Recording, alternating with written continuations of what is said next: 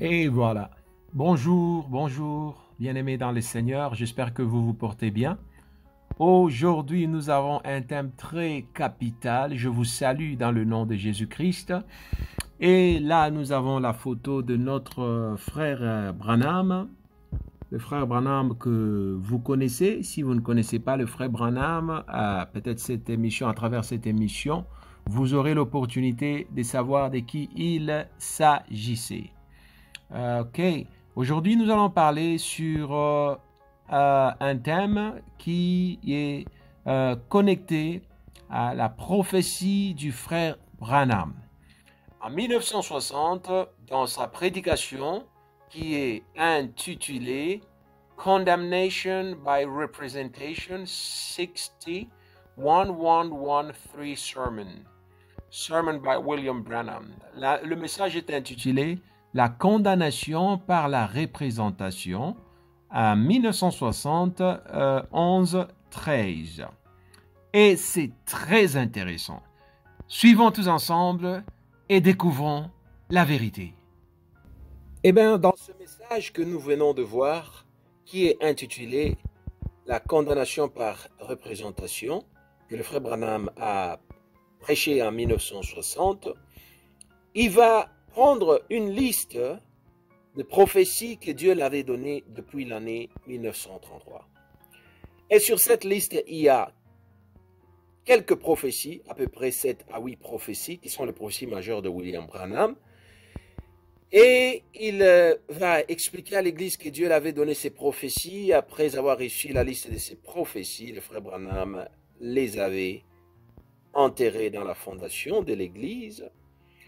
Et lui seul était le témoin de ces prophéties. Personne n'a vu les prophéties, il les a gardées jalousement.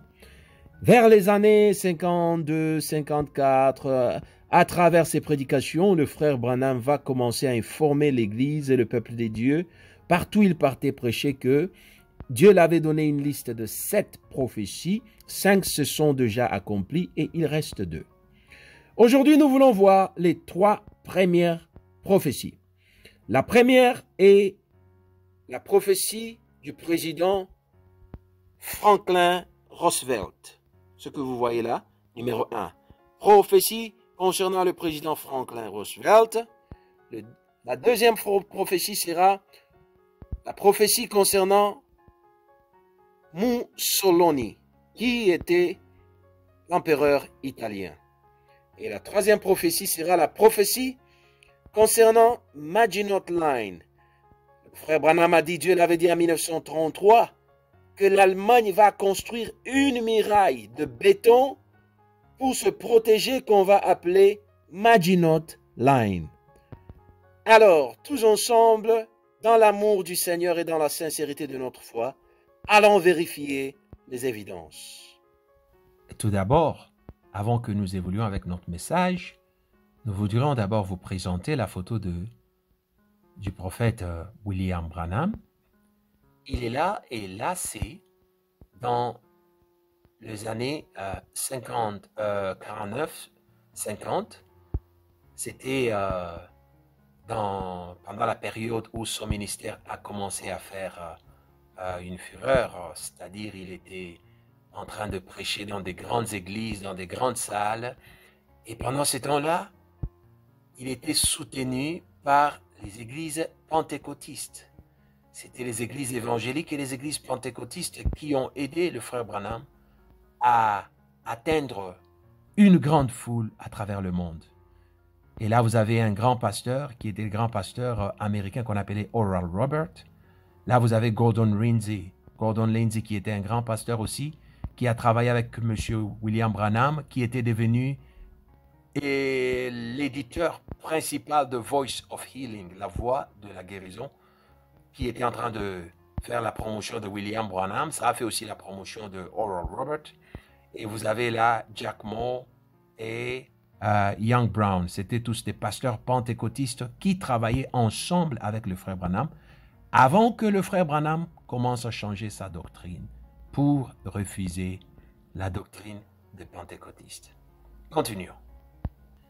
Alors, la première photo que vous voyez là, c'est la photo du prophète. William Branham, qui va donner un message pour dire, Dieu l'a révélé en 1933, que c'est le président Franklin Roosevelt, qui était le président pendant ces temps-là, qui devait déclencher la Deuxième Guerre mondiale. Et les messieurs que vous voyez devant nous, c'est lui, le président Franklin Roosevelt. Et là, nous sommes en 1933. Souvenez-vous que en 1929-1930, il y a eu une grande dépression en Amérique où l'économie était tombée, la vie était devenue très difficile, le taux de gens qui n'étaient pas employés était très élevé, la pauvreté était partout, les gens se plaignaient, les gens ont perdu le travail, il y avait une pression, pas seulement aussi en Amérique, mais aussi en Europe. Pendant ces temps-là, en Europe, en 1933, on avait déjà élu les leaders du parti politique des nazis en Allemagne, qu'on appelait Hitler Adolf, était élu chancelier en Allemagne. Et pendant ces temps-là, en 1933, pendant que Hitler Adolf était élu chancelier, le président, c'était le président Paul von Hindenburg en 1933. Mais il s'est fait que la partie politique de nazis était plus fort, très puissant, qu'à un certain moment, que le président n'avait même pas de force pour pouvoir s'opposer au leader du nazi qui était le chancelier qu'on appelle Hitler Adolf. Une année après, en 1934, le président Paul Hindenburg va mourir et Adolf Hitler va occuper les deux offices. Il va devenir en même temps président et en même temps chancelier en Allemagne. Et la queue des gens que vous voyez là, nous sommes en Amérique. Ces gens font cette queue-là pour aller toucher le bénéfice. La vie était devenue très difficile et nous sommes dans les années 1930. Il y avait une forte pression, les gens sont tombés dans la dépression, le niveau de unemployment, le sans-travail était très élevé.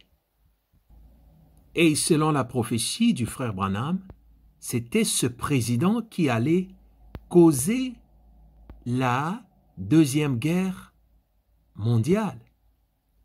Or, selon l'histoire, l'Amérique n'a pas causé la Deuxième Guerre mondiale. La Deuxième Guerre mondiale a été provoquée ou causée par Hitler Adolf. C'est monsieur que vous voyez là, qui fut chancelier d'abord en Allemagne depuis 1933, lorsque le président Paul est mort, Hitler va prendre la place du président, tout en occupant aussi son poste de chancelier. Il va devenir très fort en Allemagne en tant que leader du nazi, et c'est lui qui va provoquer la Deuxième Guerre mondiale. Et avant même que Hitler provoque la Deuxième Guerre mondiale, il y avait des spéculations en Europe, aux États-Unis, depuis 1933, que l'Allemagne allait causer ou créer la guerre. Il y avait des tensions, les gens s'attendaient à la guerre, soit provenant de la Russie qu'on appelait l'URSS, soit de l'Allemagne. Lorsque la Deuxième Guerre mondiale a commencé, qu'est-ce qui a fait que l'Amérique puisse intervenir? En 1941, les Japonais vont attaquer Pearl Harbor, qu'on a écrit là en bas. C'est un endroit en Italie. C'est comme une île. En Hawaï, je disais en Hawaï, en Amérique.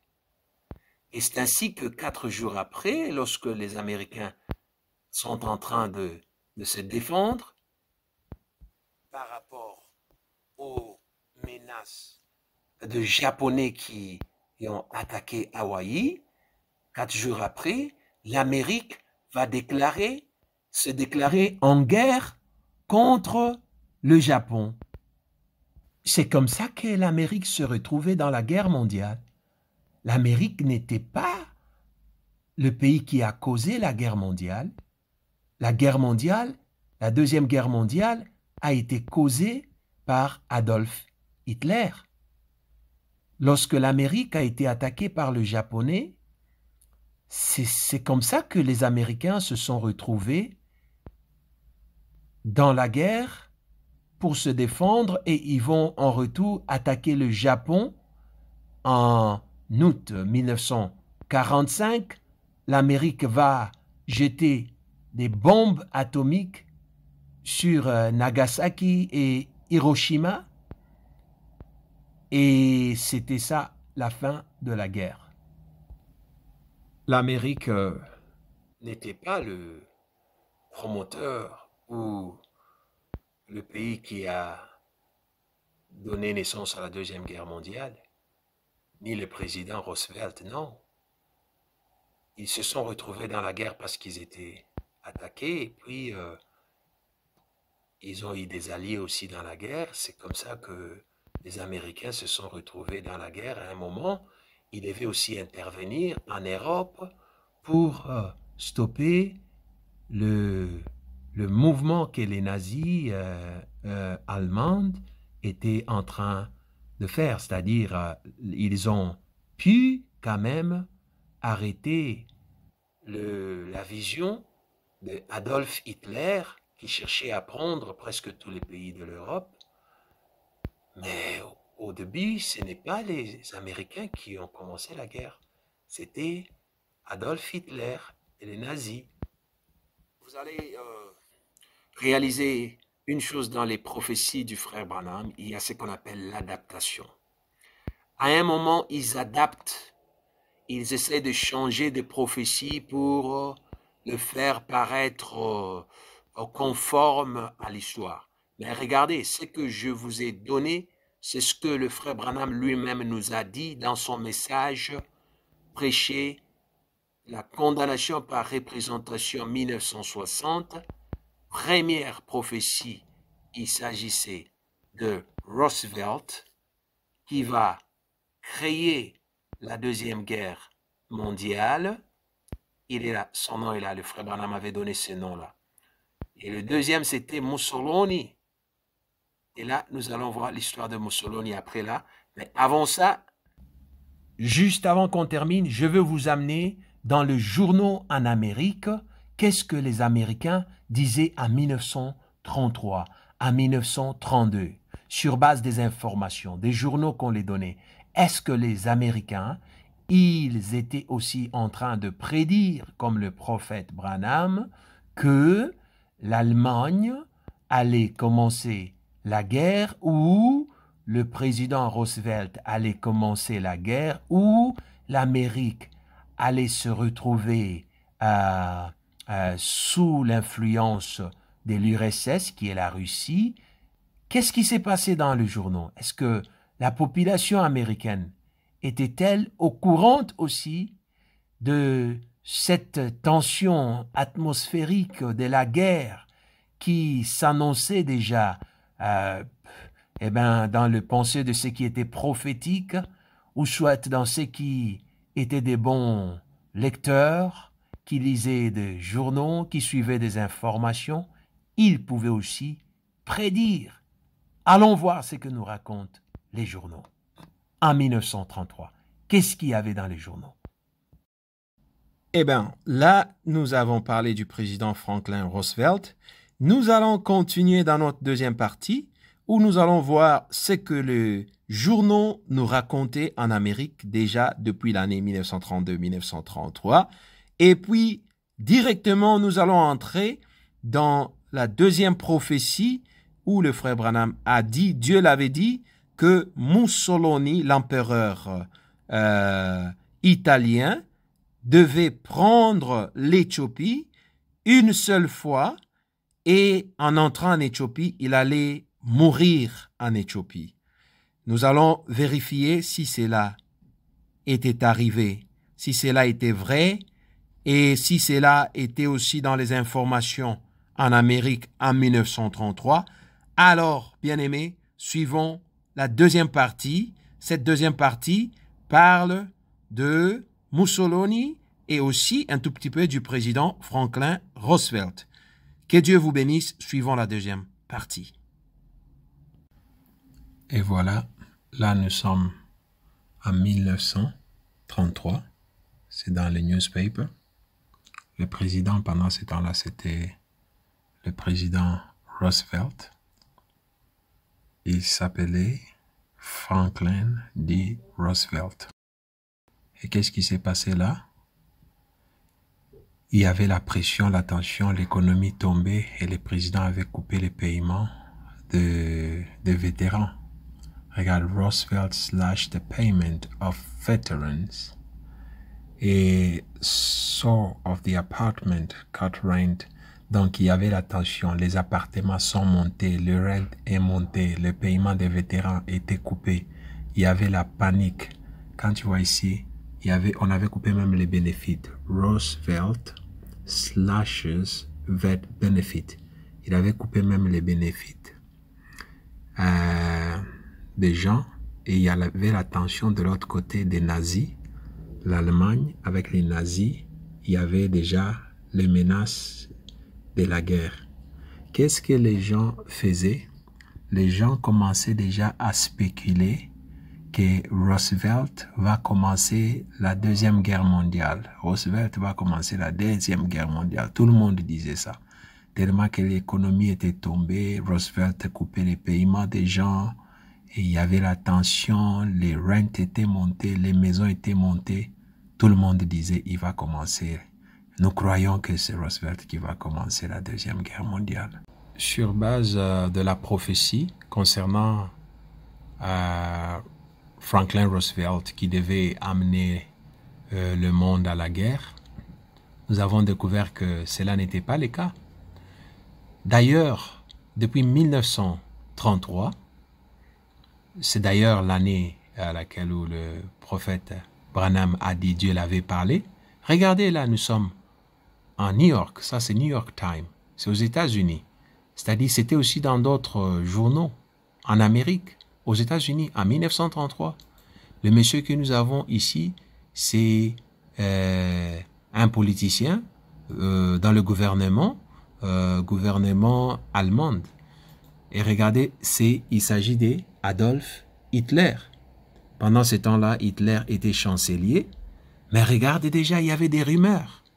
Il y avait déjà des rumeurs pour dire il allait être un dictateur après le président. Qui était le président pendant ce temps-là? C'était Paul von Hindenburg, qui va mourir une année après cette journal, c'est-à-dire en 1934. Mais là, nous sommes en 1933. Regardez ce qu'on écrit là en haut. Ici, à notre gauche, on écrit Hitler put aside aim to become a dictator. German cabinet also reveals that the conservative who once based him, Nazi rise was rapid. Regarde là, qu'est-ce qu'on nous dit?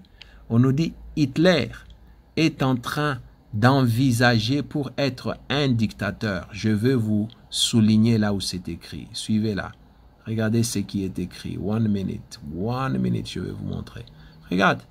Là, nous sommes en 1933. Aux États-Unis. Il parlait déjà concernant le chancelier pendant ces temps-là qu'on appelle Adolf Hitler. Et tout le monde savait déjà que Hitler va prendre la place du président Paul von Hindenburg. Parce que le président était déjà vieux et Hitler était là. Et nous sommes en 1933. Quand vous regardez là, j'ai bien filmé là, je m'excuse pour l'image qui danse un peu à gauche, à droite. Mais ce qui est plus important, c'est l'information. Regarde, nous sommes en janvier 1933 et les États-Unis prophétisent déjà que Adolf Hitler allait être un dictateur qui allait faire grandir encore le groupe des nazis. Les nazis qui étaient déjà connus, même aux États-Unis, même en Europe. Et on soupçonnait déjà que c'est lui qui allait être le commandant suprême de ce groupe-là. C'est Adolf Hitler. Et voilà.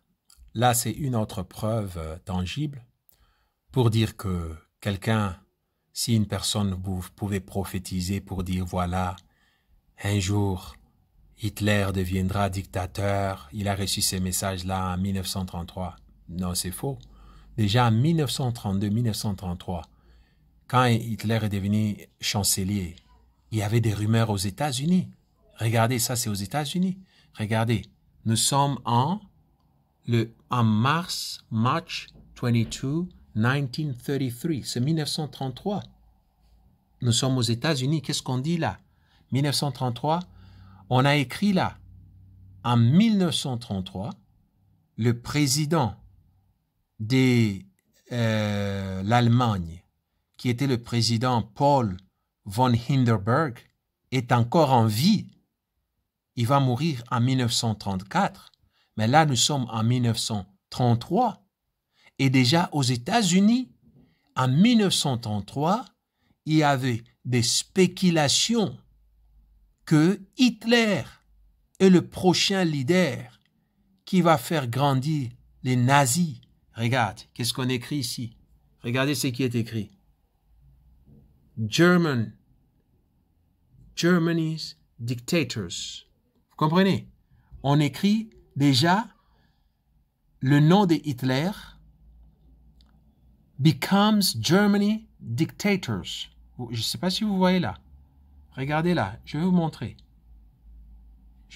Attendez, je vais passer un petit dessin là pour vous aider à voir là où je suis en train de lire. Regardez là. Là, sur la tête d'Hitler. On vous montre que ils sont en train de parler de Hitler Adolphe pendant qu'il était déjà chancelier. Il n'était pas encore devenu président là. Le président était encore en vie. Nous sommes en 1933 aux États-Unis. Et là, aux États-Unis, ils annonçaient déjà que Hitler Adolphe était le chancelier qui devait prendre le relève du leadership, et on écrit sur sa tête les dictateurs.